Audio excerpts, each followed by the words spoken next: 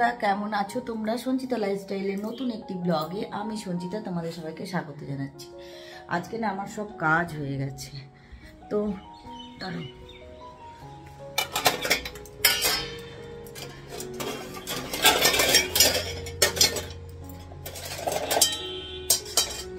বাসনগুলো রোদে দিয়ে গেছে, বাসনগুলো যা এখন মানে কি বলবো, গরম পড়েছে, বাসন শুকিয়ে যাচ্ছে। তো গ্যাসটা অন করে দিলাম, শ্যামলি কাজ করে চলে গেছে, আমারও অনেক কাজ হয়ে গেছে। ব্রেকফাস্ট করে নিয়েছি, সবকিছু করে টরে নিয়েছি, সবজি কেটে রেখে দিয়েছিলাম কালকে রাত্রে। দেখো সকালবেলা ডিমের সাদাটা খেয়ে গেছে, আর এই যে কুসুমগুলো রেখে গেছে, আর এটা আলু আর শিম আমি কেটে রেখে দিয়েছি। এখন একটুখানি তরকারি করব, আর ভাত খাবো না, রুটি আছে কালকে রাত্রে রুটি, এখনকার রুটি নয়, তো সেই রুটিটা খাবো, তরকারিটা করে নেবো, একটু দই একটু স্যালাড দিয়ে রুটিটা খাবো, ব্যাস। এখন আমি এইরকমই করছি, তো তোমরা সঙ্গে থাকো, আমি তরকারিটা বসাই, তারপর আবার তোমাদের সাথে কথা বলছি। সকালবেলা চাটা নিয়ে যে টেবিলে বসেছি তোমাদেরকে বলে, রান্না করবো বলে, দেখছি ফ্রিজটা চলছে না। আমার তো একদম মাথায় বজ্রাঘাত, যা কি হবে, এত বড় ফ্রিজটা নষ্ট হয়ে গেল, এখনো 1 বছর হয়নি। সঙ্গে সঙ্গে টেকনিশিয়ানকে ফোন করা হলো, তারা এসছে। আর এই ফ্রিজটা জানো তো সব কিছু অ্যান্ড্রয়েড ফোনের মতন। এই দেখো চা জল নিয়ে বসেই ছিলাম যে এগুলো খেয়ে রান্নাটা চাপাবো, এরা এসে দেখছে কি কম প্রেশারে পুরো বুজোর লোম সাকসানে টেনে গেছে। তো দেখো এটাকে পুরো ওরা পরিষ্কার করে ওইখানটা জামটা ক্লিয়ার করার পরে ফ্রিজ আবার আগের মতন ঠান্ডা হতে শুরু করলো। আর আমি তো যা ভয় পেয়ে গেছি, যা গেল বোধহয় আমার এত দামি ফ্রিজটা। এটা বসিয়ে দিয়েছি, শিম আলু আর বেগুনের তরকারি। এটা বললাম আলুটা আর শিমটা কেটে রেখে দিই, এই বেগুনটা আর ইয়েটা কেটে রেখে দিয়েছিলাম। একটুখানি মাছের মাথা ছিল, সেদিনকে এসেছিল, তো মাছের মাথাটা তেলটা রেখে দিয়েছিলাম, কিন্তু ভাবলাম কি টিকে আবার এসব মানে খেতে ভালোবাসে না, ওর আবার এইসব থেকে খুব নফরত, ও খেতে ভালোবাসে না, তো খাবে না। শুধু শুধু এতটা তরকারি করবো, নষ্ট হবে, শ্যামলিকে দিয়ে দিলাম, যা আমি দিয়ে আলু দিয়ে বেগুন দিয়ে তরকারি করে খেতে না খুব ভালোবাসে আমি, কিন্তু টিকে ভালোবাসে না বলে বানানো হয় না। আর দেখো আমি কি করি, ডাইরেক্ট ছিলকাটা এই যে কাঁচড়ার মধ্যেই ছাড়িয়ে নিচ্ছি, তাতে করে কি হয় আমার ছড়ায় না।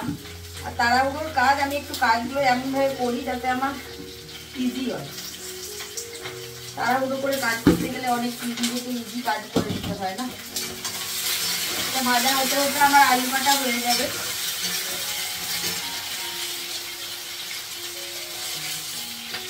আলু এখন একদম তরকারিতে দিই না, একদম না, মানে আমি খাই না আলু, কিন্তু ওই কি হয় একটা দুটো কখনো কখনো ইচ্ছা করে। 1 কেজি আলু এনে রেখে দিয়েছিল, ঠিক বারণ করছি যে আলু এনো না, খাবো না, শুনবেই না। এই এক পুরুষ মানুষ আছে, যেটা বারণ করবো কিছুতেই সেটা আমার শুনবে না। দেখো আলু কেটে জল দিয়ে দেওয়া হয়ে গেল, কিছু দেবো না, একটু জিরে একটু লঙ্কা আর একটু টমেটো দেবো, টমেটো দেবো না, শুকনো শুকনো করে বেশ ভালো করে বানিয়ে দেবো। ঠিক আছে, তাহলে তরকারিটা হোক, আমি আবার আসছি। তরকারিটা বসানো হয়ে গেছে, যাই আমি গিয়ে একটুখানি চান করে। নাইটিটা কেমন হচ্ছে বলো তোমরা? দেখো এটা একটা নাইটি আমার মেজদি দিয়েছিল, অনেক দিন ধরে বাস্কে রাখা ছিল, পরিনি, তো বের করেছি পরবো বলে।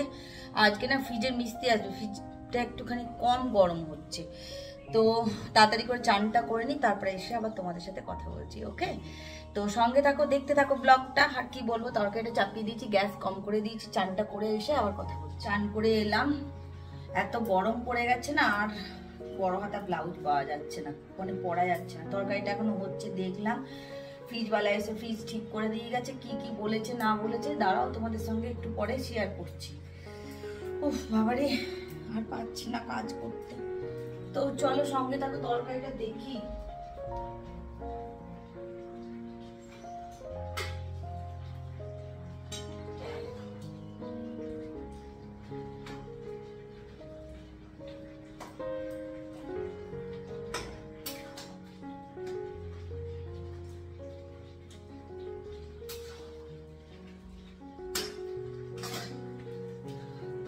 অলমোস্ট হয়ে গেছে, একটু মাখা মাখা হলেই হয়ে যাবে। এই যে চাদরটা দেখছো এখন পাতবো, এই চাদরটা আমার দুই কন্যার একদম পছন্দ নয়। আচ্ছা তোমরা বন্ধুরা বলো তো চাদরটা কি খারাপ? চাদরটা খারাপ না, অ্যাকচুয়ালি কি ব্যাপার বলো তো, তনুরেনুর একদম পিওর কটন ছাড়া পছন্দ হয় না। আর এটা আমি লাক্স কোম্পানি থেকে কিনেছিলাম, দারুণ সুন্দর দুটো মানে বড় বড় পিলো কভার আছে। চাদরটা একটুখানি মিক্স, কিন্তু আমার এত ভালো লাগে, এত বড় চাদরটা এত সুন্দর করে পাতা যায়। বাট না, ওদের কিছুতেই পছন্দ হবে না যে এই রকম চাদর নিলেই চেঁচাবে, মা এরকম খসখসে চাদর নিও না। বাট শীতকালে তা না পাতলেও আমি গরমকালে কিন্তু এই চাদরটাকে পাতি, বেশ ঘরটা বেশ ঠান্ডা ঠান্ডা লাগে। মানে কি বলো তো, যেহেতু হালকা কালার বেশ ভালো লাগে। আর ওইদিকে আমার তরকারি অলমোস্ট হয়ে গেছে, বাকি কাজও আমি গুছিয়ে নিয়েছি। ফ্রিজের মিস্ত্রিরা এসেছিলো, তোমাদের তো বললাম। শুধুই আমার অনেকগুলো টাকার গচ্ছা গেল, 1 বছর হয়ে গেছে। তো সেহেতু ওরা টেকনিশিয়ানের যে চার্জটা সেটা তো আমার কাছে নেবেই বলো, সেটা তো ছাড়বে না। আর আমাদের ফ্রিজটা জানো তো পুরোটাই যেমন ফোনের অ্যাপ হয়, অ্যাপ সিস্টেম টাইপের, মানে কোথা থেকে কি আছে ফোনের মধ্যে ওরা কানেক্ট করে দিয়ে বলে দিল যে কোথায় কি প্রবলেম আছে কি না। আমি তো এর আগে এরকম ফ্রিজ কোনো দিন দেখিনি। ফ্রিজটা আবার মোবাইলের মতন, ওরা বলল যে আমাদের কাছে আছে, আমরা যেই তারটা ফ্রিজের সঙ্গে কানেক্ট করে দেবো তখনই ও নিজেই বলবে যে ওর কি প্রবলেম হয়েছে। আমি তো অবাক, আবার টিকেকে তাড়াতাড়ি ফোন করে বলছি যে জানো তো এরম ব্যাপার। টিকে আমাকে বলছে কি প্লে স্টোর থেকে ফ্রিজের ওই অ্যাপটা তুমি ডাউনলোড করে নাও। আমি ওদেরকে, স্যামসাংয়ের টেকনিশিয়ান এসেছিলো, আমি ওদেরকে বলছি ভাই আমাকে ওইটা করে দাও, তাহলে আমি জানতে পারবো যে কি প্রবলেম হচ্ছে। তো ওরা বলছে যে না আসলে বৌদি এটা আপনাদেরকে আমরা দিতে পারবো না, কারণ এটা আমাদের মানে প্রাইভেট, এটা একটা অ্যাপ যেটা আমাদের স্যামসাংয়েরই বিল্ড করা, মানে সফটওয়্যার, ওটা আমাদের কাছেই থাকবে। আপনাদের এরকম প্রবলেম হলে আমাদেরকে বলবেন, আমরা এসে দেখে ঠিক করে যাব। তো যাই হোক, ওইখানে ইন্ডিকেট করছিল যে এরকম সাকশানের কাছে কিছু জমে আছে, ওই জন্য কুলিং হচ্ছে না। তো ওইটা ওরা ঠিক করে দিয়ে গেল। আর একটা নতুন জিনিস জানো তো, আমাকে বারণ করলো, যেটা বললো যে স্যামসাং কোম্পানি কখনো সাপোর্ট করে না, আপনি যদি করেন তো আপনি আপনার রিস্কে করবেন। আমাকে ফ্রিজে ম্যাট পাততে বারণ করলো। আমি রিসেন্ট ফ্রিজে ম্যাট কিনেছিলাম, কারণ অনেক বড় বড় তোমার ফ্রিজের তাকগুলো, আর কাঁচের তাক তো কী হয়, ভয় লাগে যে ধুতে গিয়ে যদি ভেঙে যায়। আর দেখবে খাবার তুমি যতই ক্লিন করে রাখো না কেন ফ্রিজে, ঠিক দেখবে একটু না একটু লেগেই যায়। আর আমার আবার বাতিক ওই খাবার লেগে গেলে আমার যেন কেমন লাগে, একটু এঁঠো লেগে গেলে বারবার ওগুলোকে ধুতে যাব, পুছতে যাব।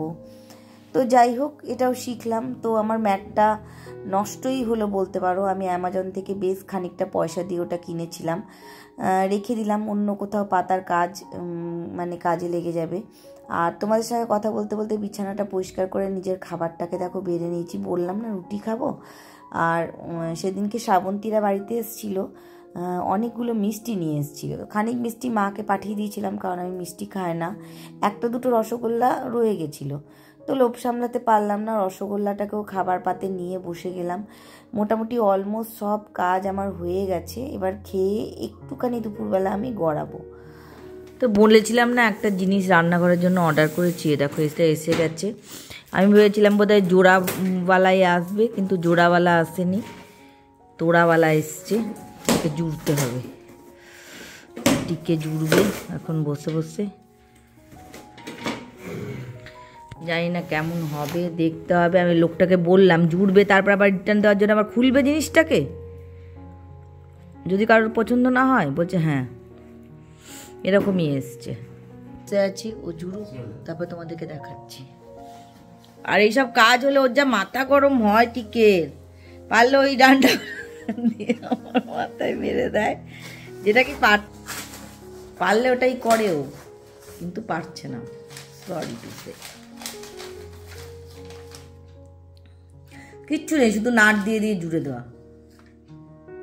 এইটার মধ্যে নাট আছে, দেখো এই ডাব্বাটায় পড়ার মতো। দেখো এটা এরকম থাকবে না, এটাকে সাজানো হবে। তো যখন সাজাবো শেয়ার করবো, এটা সাজানো হবে। তো যখন সাজাবো তখন তোমাদের সঙ্গে শেয়ার করব, ঠিক আছে? বন্ধ করলাম, জোড়া হয়ে গেছে। এরপরে খাবো, তোমাদের সঙ্গে তখন কথা